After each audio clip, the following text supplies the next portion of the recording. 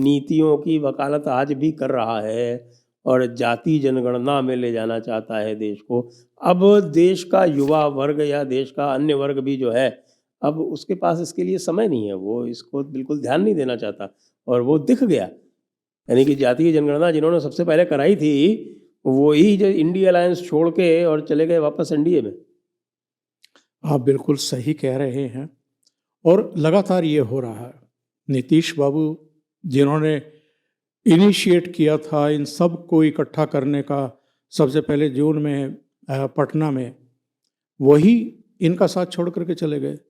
और जिस तरह की ये इन्होंने एक पता नहीं कहाँ से किन किन शब्दों को जोड़ करके एक इंडिया शब्द गढ़ा, तो उसको लेकर के भी किस तरह के मतभेद थे इनके इंडिया गठबंधन में ही, वो अब सारी चीज़ें खुल करके सामने आ रहे हैं।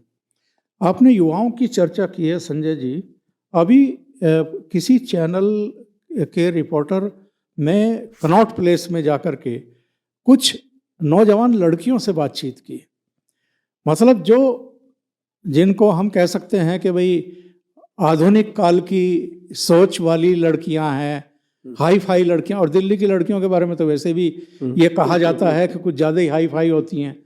अगर वो भी नरेंद्र मोदी को पसंद कर रही हैं, जिनकी आयु 73 साल है, और वो जब राहुल गांधी का नाम आता है तो वो या तो हंसने लगती हैं या पीछे हट जाती हैं।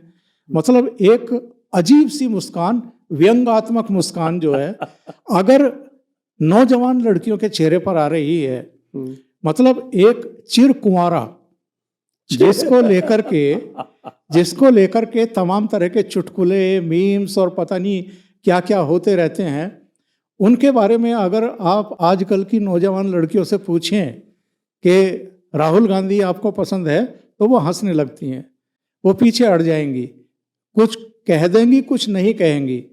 लेकिन इतने नॉन सीरियस तरीके से जिसकी छवि बन गई हो, वो और उनके जो सलाहकार हैं, वो दोनों ये आत्म मंथन और चिंतन करने को ही तैयार नहीं हैं कि वही ऐसी क्या बात है कि लोग सीरियसली ले ही नहीं रहे हैं, और किसी भी आयु वर्ग के नहीं ले रहे हैं। जो मैच्योर हैं, जो बुजुर्ग हैं, जो 50 के आसपास हैं, उनकी छोड़ दीजिए, जो 40 से नीचे हैं वो भी सीरियसली नहीं ले रहे हैं।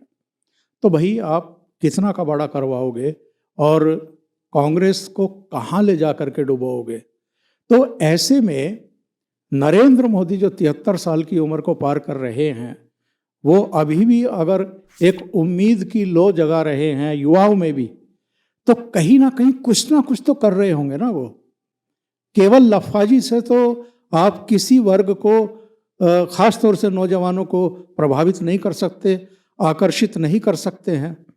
तो अगर ये वर्ग भी उनके नेतृत्व से उम्मीद से है और उनको वोट करने को तैयार है तीसरी बार भी, मैं एक बात कहता हूं संजय जी आपसे, और जो दर्शक सुन रहे हैं वो भी इस पर विचार करें। निरंतरता में 10 साल अगर कोई सरकार का मुखिया रत्ती भर भी कहीं कोई शक ना हो उसके नेतृत्व पर, उसकी प्रामाणिकता पर, उसकी ईमानदारी पर, और जिस तरीके से वो हर समय ऊर्जावान दिखाई देते हैं, आज भी उनकी कोशिश ये होती है कि मैं अगर विमान की सीढ़ियां चढ़ रहा हूं तो थोड़ा तेज गति से चढ़ूं। यानी एक मैसेज देने वाली बात होती है। ये नहीं है कि वो कोई 28-30 साल के या 40 साल के नौजवान हैं, लेकिन एक मैसेज देना है। उन लोगों को भी मैसेज देना है जो आम तौर पर 50-60 साल जाते जाते कंधे ढीले कर लेते हैं, और जो थोड़ा सा निराशा का भाव, अरे भाई अब तो बुढ़ापा आ गया है। मतलब वो नौजवानों को भी प्रेरित करते हैं, वो उम्र दराज लोगों को भी प्रेरित करते हैं, और पता नहीं कहाँ से इतनी ऊर्जा लेकर के आ रहे हैं कि सुबह टीवी खोलते हैं तो पता लगता है आज फला कार्यक्रम में लाइव हो रहे हैं, फिर दोपहर बाद आप टीवी देख रहे हैं तो पता लगा कि जो है साइंटिस्ट के बीच में है, कहीं DRDO में है, कहीं दूसरी जगह पर है, कहीं उद्योगपतियों से वार्तालाप हो रहा है।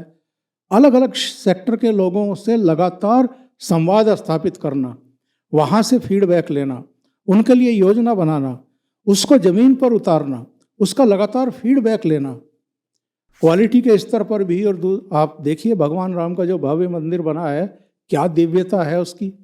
जब वो कैमरों पर आया, टीवी के पर्दों पर आया, तो हर कोई चमत्कृत रह गया कि केवल 4 साल के भीतर और क्वालिटी में भी, गुणवत्ता में भी, क्या मतलब एक कहना चाहिए कि वाकई जो दावा किया जा रहा है कि 1000 वर्ष तक कुछ नहीं होगा, वैसा ही निर्माण वहाँ दिखाई दे रहा है। तो ये कुछ क्वालिटीज़ हैं, लोगों को लग रहा है, हर वर्ग को लग रहा है, युवाओं को भी लग रहा है कि जो एक निराशा का वातावरण था, उसमें कहीं तो कोई एक उम्मीद बन करके दिखाई दे रहा है। वो तो कोई उम्मीद ही नहीं जगा रहे हैं।